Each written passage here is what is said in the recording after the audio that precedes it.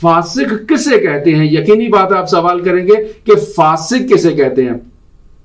جب بھی انسان خداوند متعال کے احکامات پر عمل نہیں کرتا بلکہ خداوند متعال کے حکم کی خلاف ورزی کرتا ہے تو اسے معصیت کہا جاتا ہے، یعنی خدا کی حکم عدولی کرنا۔